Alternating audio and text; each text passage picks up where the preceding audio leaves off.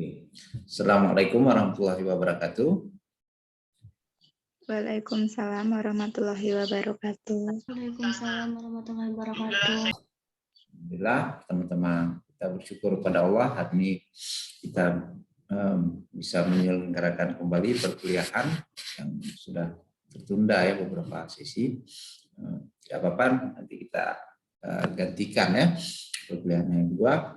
Ini masih belum sempat saya mengucapkan saya Pak Dr. Syahril dan saya mohon maaf lahir dan batin dan semuanya di bulan yang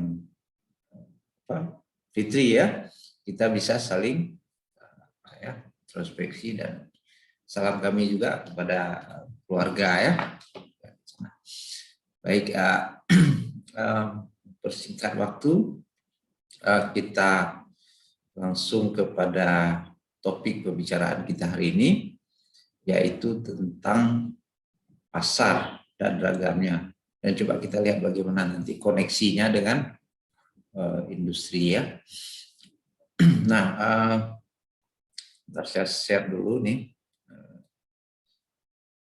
Oke.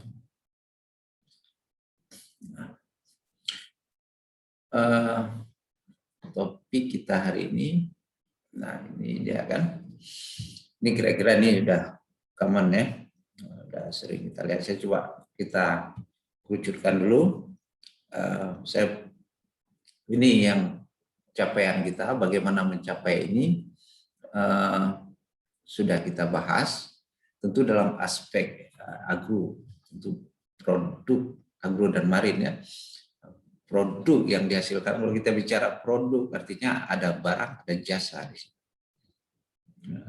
Jadi dalam aspek agro dan marin ini, jika kita definisikan secara luas, termasuk jasa di situ. Jasa transportasi juga itu kan. Jadi turunan-turunan dari satu industri itu juga masuk dalam produk. Ada industri perikanan, ikan kaleng gitu, ada jasa packagingnya itu disediakan, strategi pembangunannya tentu berdasarkan regulasi di wilayah tertentu ya, di wilayah setempat. Misalnya packagingnya ditangani oleh apa, ya kan, sehingga distribusi pendapatannya itu, kemudian transportasinya. Nah itu kalau kita bicara produk. Nah ini yang dihasilkan di agro dan marin, berbasis agro dan marin. Ada pasar penjual, ada pasar industri. Ini bisa kita bedakan. Ini ada konsumen, ini pemetaannya seperti ini, simpelnya. Nah, bagaimana menggambarkan hal seperti ini? Di dalam pasar penjual ini kan kalau kita berpikir secara industri, konsep industri, tidak lebih dia sama dengan konsep ekonomi makro ya tentu sigma dia kan, pasar dia, market dia itu kalau bisa kita gambarkan dan merupakan penyembelahan dari kumpulan-kumpulan unit-unit usaha itu. Jadi kalau supply-nya itu sudah berbeda dia, akumulasi dari supply-supply yang ada. Nah itu di dalam industri ini kita berpikir secara makro kan. Dan ini semua adalah berbasis agro dan marin. Produk dihasilkan menggunakan bahan baku dari hasil-hasil laut atau juga dari hasil-hasil pertanian. Ini diakumulasikan. Sebenarnya dalam capaian akhir dari agro dan marin industri ini adalah bagaimana mendirikan industri yang bisa menciptakan lapangan kerja. Itu satu dari sisi produksi. Yang kedua, yang bisa memenuhi kebutuhan pasar. Produknya berarti. Jadi satu inputnya tenaga kerja dan bahan baku, tapi outputnya juga dibutuhkan di pasar. Ini satu pekerjaan yang nggak gampang ya, tidak gampang, tetapi Harus dipikirkan secara simultan. Seperti pada awal-awal selalu saya tekankan, yang paling sulit itu bukan menghasilkan ya. Mungkin butuh inovasi kita. Inovasi satu hal yang kreatif yang belum ada diferensiasinya. Bisa hasilkan sesuatu. Oke, udah kita temukan prototipe atau model bagaimana ini, ya tinggal diproduksi. Tapi yang paling berat satu lagi apa? Ini yang uncertainty-nya tinggi sekali. How to sell? Bagaimana menjualnya? Ini karena menyangkut orang, menyangkut konsumen. Ini yang menjadi persoalannya yang dihadapi. Kenapa gitu ya? Di sektor perikanan itu, angkanya sudah kita lihat kan? Angkanya gitu-gitu aja, stuck. Nah, stuck dia itu naik sekitar 2%, 3%, turun lagi, naik lagi, tergantung. Ini tantangan yang dihadapi. Bagaimana menjualnya? Produknya bagus-bagus, hasil dari suatu riset yang dijadikan model dan memang ya benar-benar inovatif lah hasilnya. Tapi bagaimana menjualnya? How to sell? Yang pertama kita harus identifikasi dulu pasarnya ini. Di situ ada demand kan? Kalau secara mikro ada demand, ada supply. Oke, saya sebelum saya lanjut, mungkin ada yang mau didiskusikan. Oke ya. Nah kita lihat dulu lah pasarnya seperti ini. Dia individu ada lembaga organisasi. Jadi kumpulan dia. Kalau kita di statistik itu sigma I sama dengan 1 sampai N industri, itu kita jumlahkan ya. Gitu ya. Pasar penjual gitu ya, terdiri dari penjual semua penjual itu. Nah, kita kelompokkan. End user-nya adalah pasar konsumen. Ini pemetaan tadi kan. Nah, model pengembangannya sekarang macam-macam. Tapi inilah kondisi yang harus dipahami, yang harus diidentifikasi, bahwa di dalam kita membicarakan pasar, isinya ini. Kalau dulu ada biaya transportasi, transportation cost. Sekarang juga masih ada ya. Bagaimana model transportation cost sekarang? Ini kan udah dunia maya. Sudah berbeda kan? Siapa yang membebankan? Hal seperti itu. Nah, kembali tadi. How to sell. Berarti ke sini kita nih. Di sini. Ini. Jadi suatu produk inovatif yang berhasil itu, nah ini proposisinya, adalah satu produk yang bisa diterima oleh konsumen akhir. Karena ini proposisinya. Karena apa? Keputusan paling akhir itu ada pada sehebat apapun produk yang dihasilkan, secanggih apapun, seindah apapun, seenak apapun, tapi keputusan akhirnya ada di sini. Kalau dia jalan, sustainable, berkelanjutan. Kalau nggak jalan, maka dia perlu dievaluasi. Perlu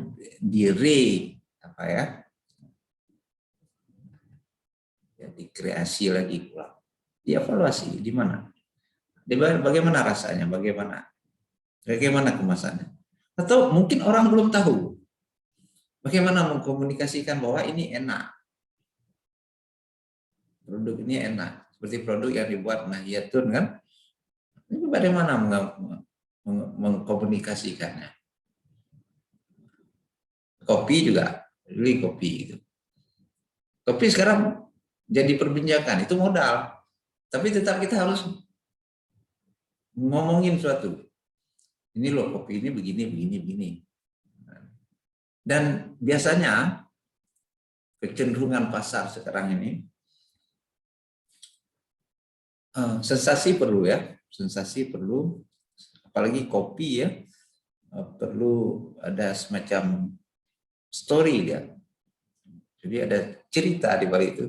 Nah itu dibungkus bisa menjadi satu pola komunikasi bahwa ini sampai pada end user.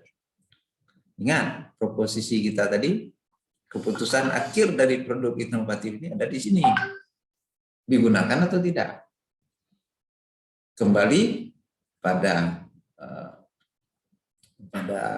teori kita bahwa memasarkan itu jauh lebih sulit daripada memproduksi.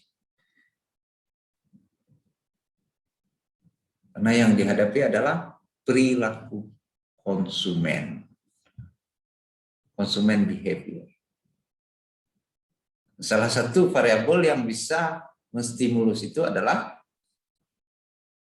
komunikasi. Marketing komunikasi. Media sosial, medianya terserah Pak. Ini segala macam. Nah itu salah satu pemetaan, mungkin juga tergambar sedikit solusi dalam keadaan seperti sekarang ini, serba terbuka ya, serba terbuka, serba cepat, serba-serba lah semuanya, serba-serbi, tetapi juga serba cepat collab juga. Hari ini muncul ini kan, tiba-tiba hilang. Dan hilangnya tidak berkesan, karena apa? Langsung digantikan. Karena kecepatan itu. Jadi kalau saya melihat ini sudah mengarah kepada kompetisi yang mengarah ya, tapi belum mengarah ke kompetisi yang sempurna. Ada pasar kita itu kan, termasuk juga produk agro dan marin ini. Yang unik, misalnya kita basis di Indonesia, di wilayah Nusantara ini, archipelago, oke, fine. Nah, itu suatu modal yang luar biasa. Tetapi bukan cuma kita yang menghasilkan itu. Banyak di negara lain juga menghasilkan itu. Di Prancis, eksplorasi lautnya sangat bagus. Sama dengan negara-negara Afrika. Coba Anda lihat itu nanti di televisi ada National Geographic dan lain sebagainya. Bagus eksplorasinya. Bagus kemasannya. Jadi kompetisi yang cepat. Nah, bagaimana memenangkan kompetisi ini? Bisa meraih ini. Konsumen bisa lokal, bisa nasional, regional, atau kita mau di Asia Tenggara saja, regional, atau internasional. Pilihan ada pada produsen. Situ dia. Oke, silakan. Mungkin ada satu pemikiran yang mungkin bisa memancing, saya bisa memberikan sesuatu yang lebih, apalagi ya. Silakan, ada komennya. Fajri, Nafsia, ini, oke, silakan.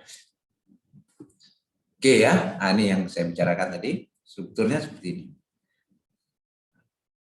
Ini udah tahulah di mikro kan, kurva-kurvanya bagaimana, cost-nya, efisiensinya, ciri-cirinya. Namun saya ambil saja sedikit-sedikit di sini. Misalnya dari segi harga ya. Ya, kalau kita sudah banyak sekali itu kan, ini penting untuk diperhatikan. Harga menjadi variabel yang mudah dievaluasi, tapi tidak mudah untuk diambil kebijakannya. Mudah kita evaluasi. Kalau naik begini, kalau turun begini. Nah, kemudian ada satu yang menarik dari ciri-ciri pasar ini. Ada karakteristik satu yang menarik adalah diferensiasi. Nah, diferensiasi ini bisa harga, tapi bisa juga produk. Ini salah satu pola komunikasi yang bisa kita sampaikan kepada konsumen tadi. Kita berbeda, diferensiasi. Mungkin kalau harga konsumen bisa tahu, tapi dalam pasar, dari pasar ini diferensiasi ini bisa kita komunikasikan. Dari sisi produk, keunikan. Nah, di sini relevansinya inovasi tadi, kita komunikasikan proses yang bisa memberikan sesuatu apresiasi bagi end user. Nah, mereka keputusannya pada konsumen. Oh, begini produknya. Oh, kopi Aceh begini ya. Jadi orang bukan cuma membeli produk, tapi ceritanya ada seperti itu. Nah, kopi ini prosesnya begini. Diceritakan itu. Penikmat kopi ada yang sampai seperti itu, dan itu banyak. Anda bisa teliti itu. Penikmat kopi ya, malah ada kaosnya lagi, penikmat kopi gitu. Tapi begitulah.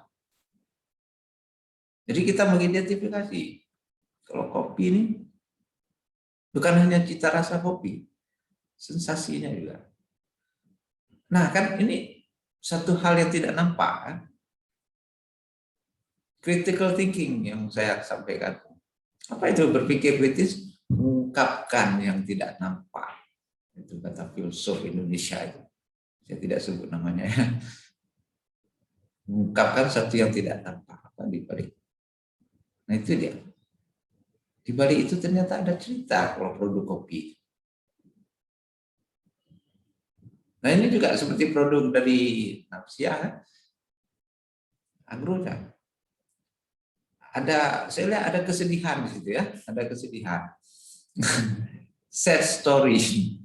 Karena itu kan makanan yang coba kita komunikasi. Tapi keputusannya apakah itu pantas kita komunikasikan? Tidak.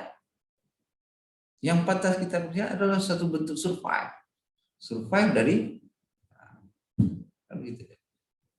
dan juga cita rasa itu yang makanya saya perlu di dalam ciri ini ada diferensiasi itu untuk mencapai keputusan di sini. Kita bisa bilang apa saja sebenarnya. Kita begini, teknologi yang kita gunakan. Kalau ini tidak tergarap, tidak dikomunikasikan, maka gagal ya. Selesai produk itu, dan era sekarang ini cepat, artinya cepat.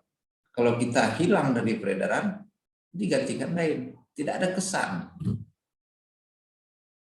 Bahasa dulunya itu hilang di telan zaman, hilang di telan zaman, terkubur gitu aja. Nah, ini struktur yang perlu kita pahami dalam kita merancang satu bagaimana produk ini sustainable. Yang pertama, tidak hanya kita bisa meng-create-nya secara inovatif, tetapi bagaimana menjualnya.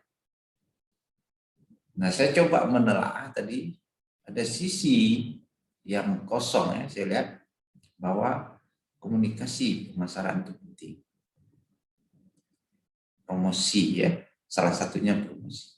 Kalau kita komunikasi marketing, komunikasi itu luas ya. Nah, teman-teman dari marketing lebih leluasa menjelaskan. Nah, pasar penjual, pasar industri. Oke, kalau kita bicara pasar berarti ada apa? Masih ingat? Apa yang paling penting dari elemen pasar? Ada supply dan demand kan? Ya, seperti itu. Jadi kalau Anda mau melakukan analisa, tinggal kaitkan aja kan? Pasar.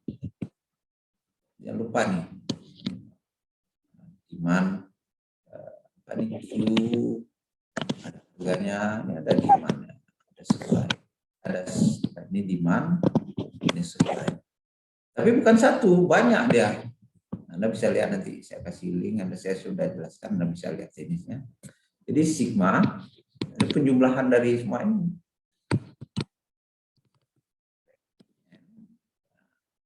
Supply-nya aja. Berapa supply? Ada industri 1, industri 2, usaha 1, usaha 2. Jadi di-create ya, tapi biasanya ada teori menjelaskan ketika sudah dijumlahkan, supply-nya itu sudah lebih landai ya. Jadi tidak, elastisitasnya tidak seperti ini lagi. Coba baca nanti. Kan mikronya saya anggap sudah lewat. Elastisitas yang menyebabkan naik turunnya. Wah, ya kan? Jadi kalau udah jadi dijumlahkan seperti ini, dia seperti lebih landai. Artinya apa? Diferensiasi harga. Ini coba kita analisa diferensiasi harga kan. Berbeda yang ini dengan kalau di sini coba lihat. Jauh lebih besar perubahan outputnya, perubahan Q di sini itu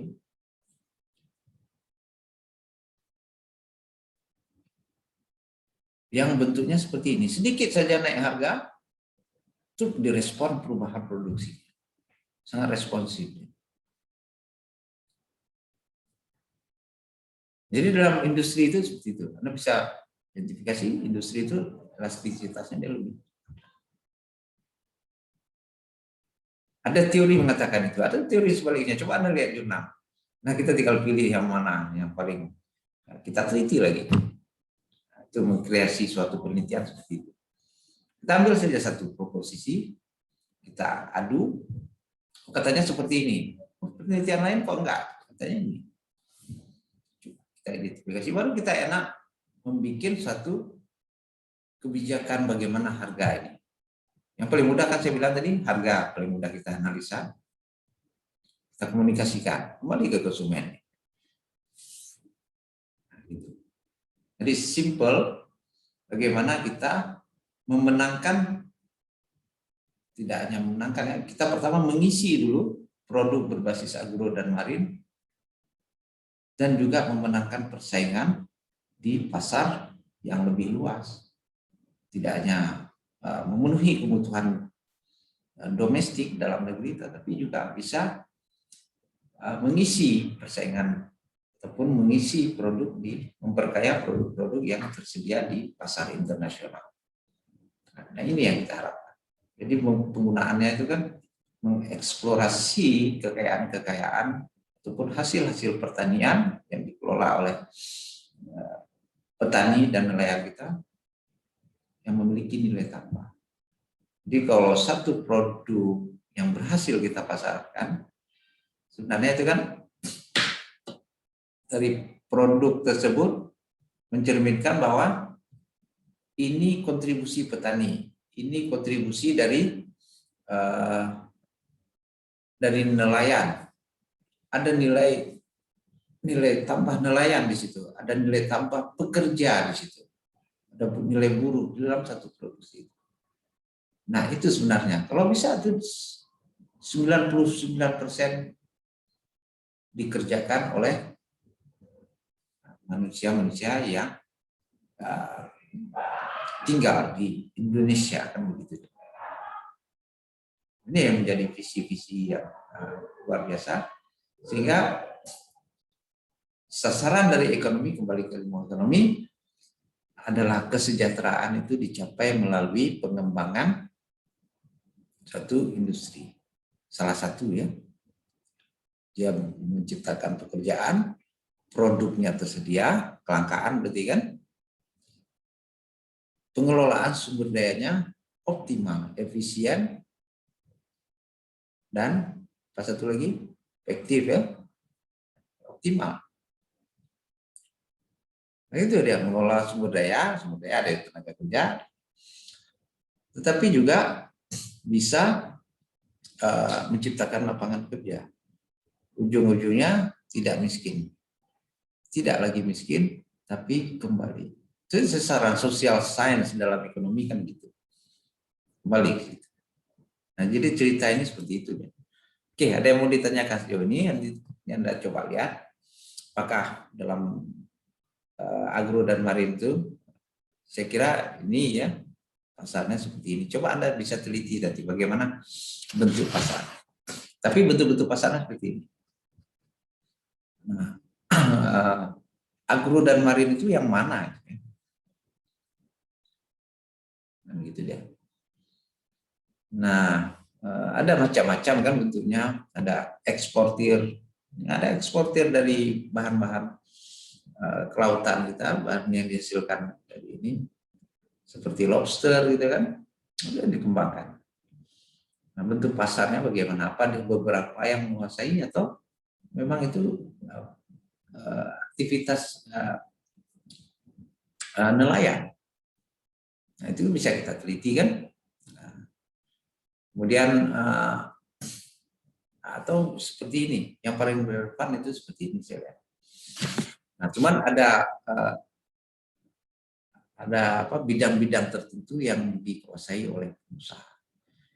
Coba juga dilihat pada pengusaha besar, pengusaha dalam dunia marin terutama ya, pengusaha sedang atau pengusaha nelayan rakyat gitu ya. Nah itu coba bisa diidentifikasi. Oke,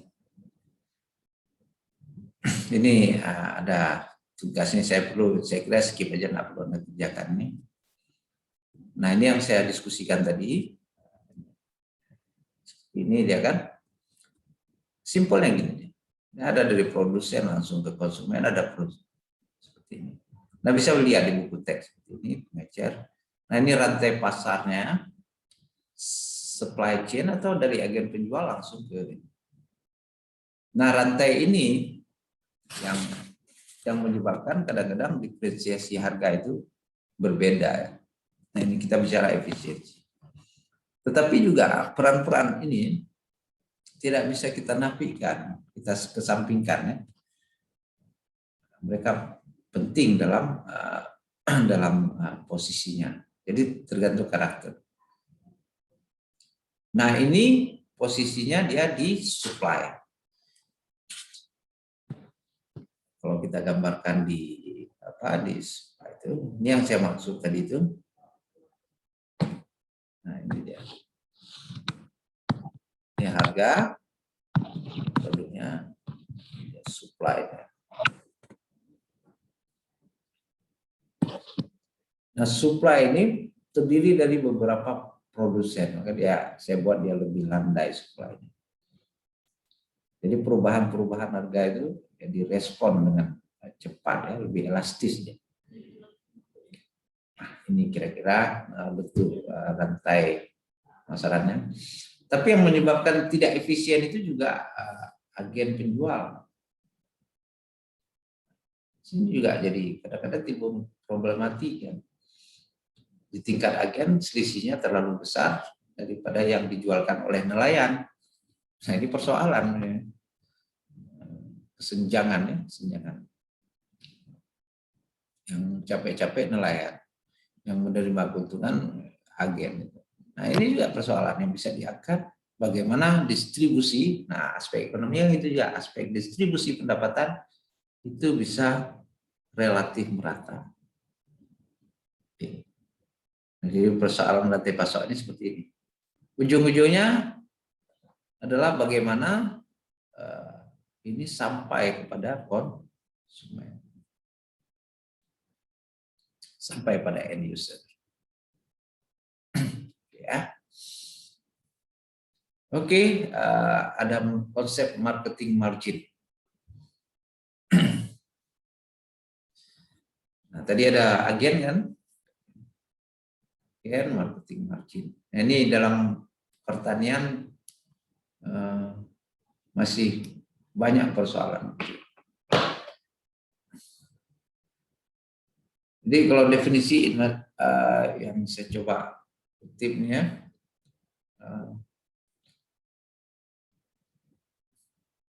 jadi ada selisih harga yang lebih tinggi dengan yang di pasar, kemudian dengan harga di tingkat petani.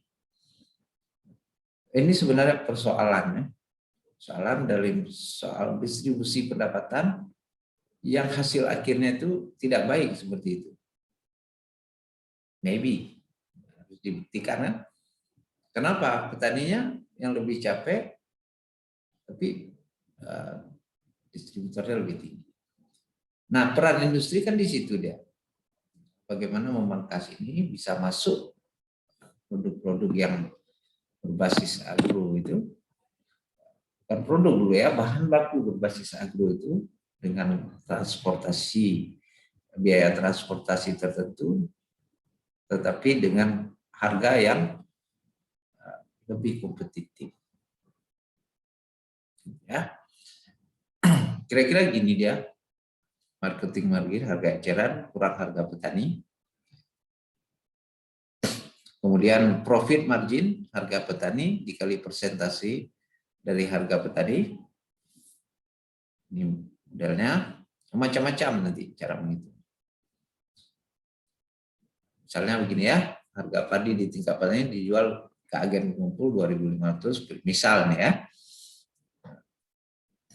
Kemudian sedangkan agen pengumpul menjual kembali ke penggilingan sebesar 2.600. Berarti ada selisih Rp100 kan? Di situ ada keuntungan dia, ada biaya transportasi dia.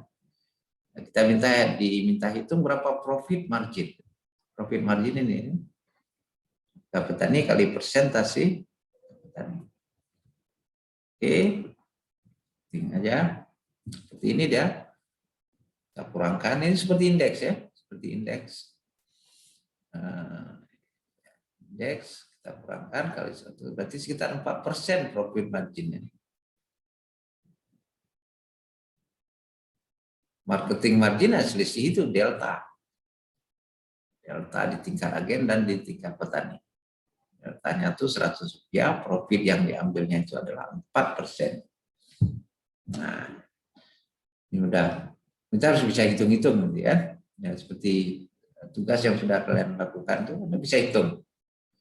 Kira-kira berapa persen, kemudian berapa, ada transportasi kan di 100 ini kan, berapa nih? Transportasi di situ. Agen itu juga perlu rezeki ya. Nah, mungkin dia melakukan itu dengan sukarela. Nah, di sini dia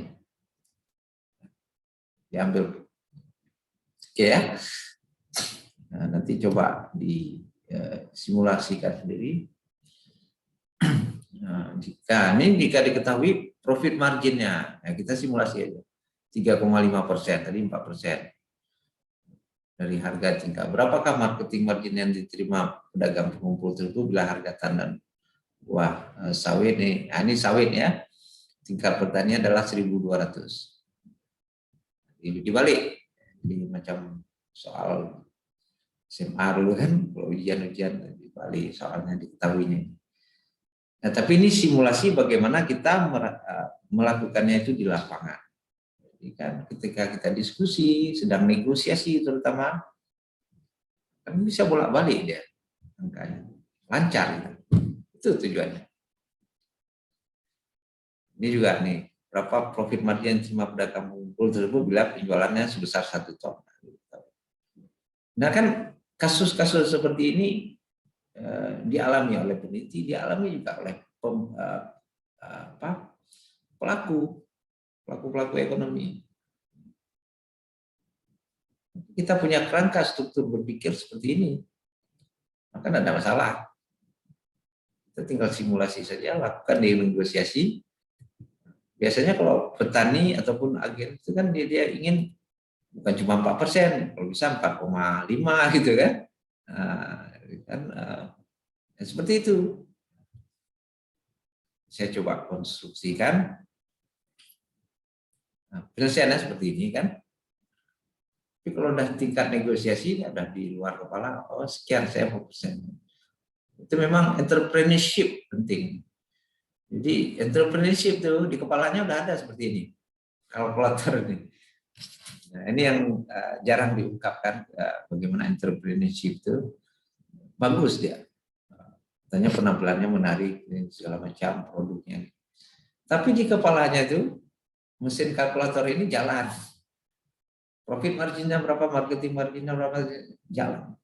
Itu salah satu akurasi dalam kita melakukan bisnis. Dalam agro dan marine penting ini, mengembangkan industri. Seberapa akuratnya kita menjalankan proses komunikasi kita kepada, saya lebih senang menggunakan kata komunikasi. Menjual produk kita tuh sampai kepada pengambil keputusan akhir, yaitu konsumen. Hal-hal seperti ini kita pertimbangkan. Penting margin, berapa transaksi sebesar satu, seperti itu kan. Oke, ini dibalik tadi kan. Ada masalah sini, saya kira tidak ada kan. Diketahui tinggal kita kalikan dengan 1 ton kan 1.200.000 ya. Soalnya 1 ton, harganya 1.200.000 1 ton. Oke, P kali Q, harga dikali kuantitas tadi, kita masukkan ke sini, kita dapat dia ini ya, selesaikan.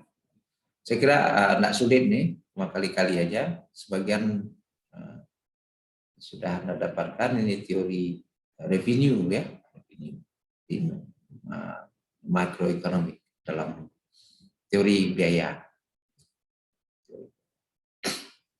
Oke, ada yang mau ditanyakan? Ya, dan kawan-kawan lain.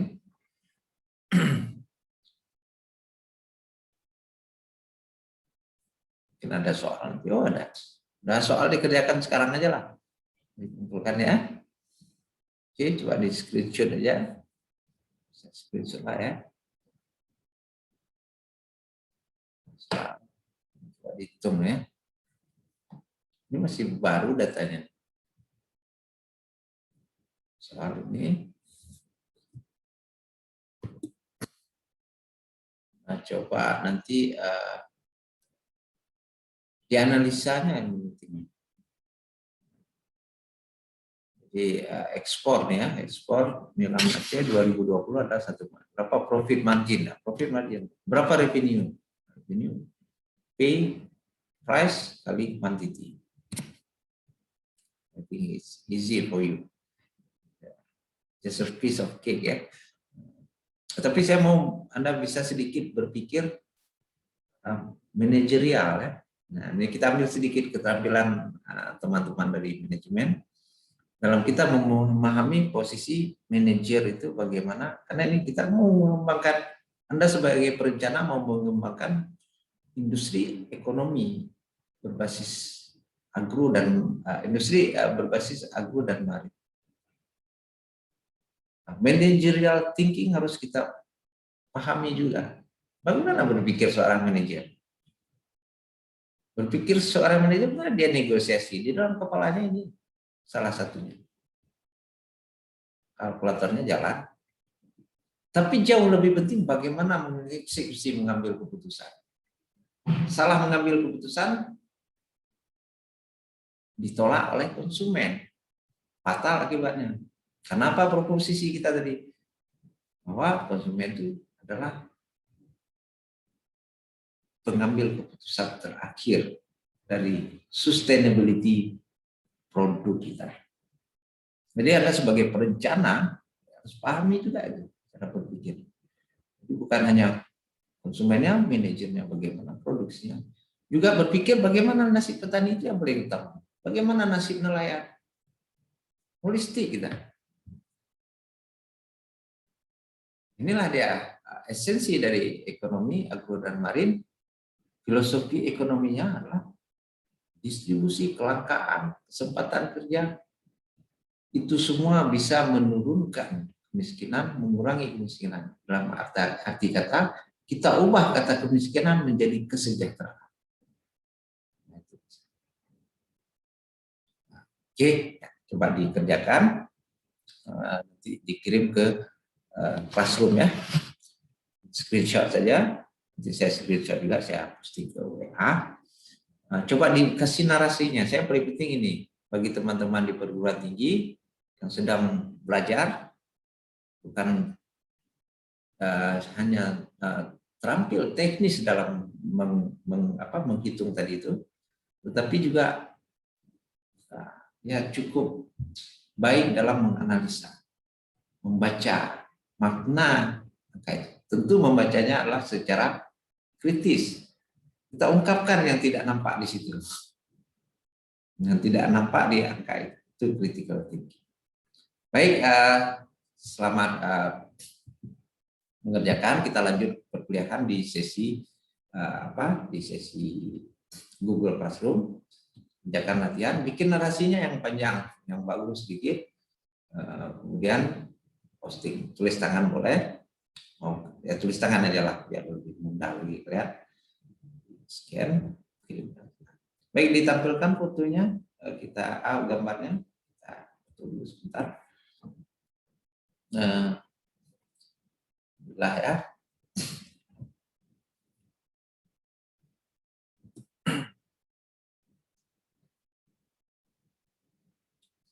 Oke, coba saya paste dulu.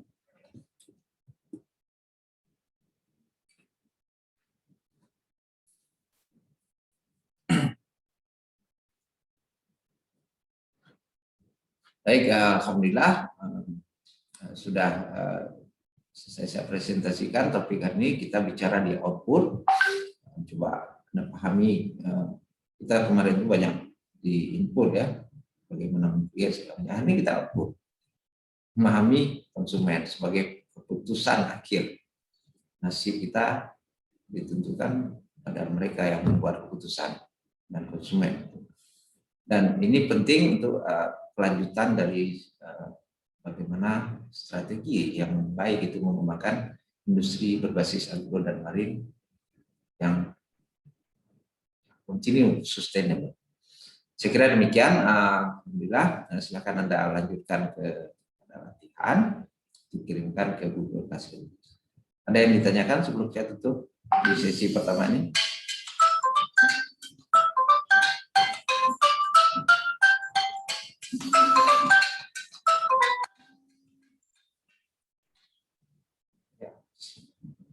Ada yang mau ditanyakan?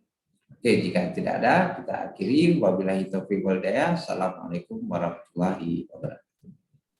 Waalaikumsalam. Ada mau diskusi silaturahmi, silakan. Mau mulai Anda sampai 10.30 ya. Oke, selamat berdiskusi. Oh, Dimas, udah lama nggak ketemu. Maaf lahir batin ya. Dimas, oke, kita foto ulang lah. Ini ada Dimas. Ulang. Oke ya, ditampilkan wajahnya. Nah, silakan Anda berdiskusi. Oke, izin saya live dulu.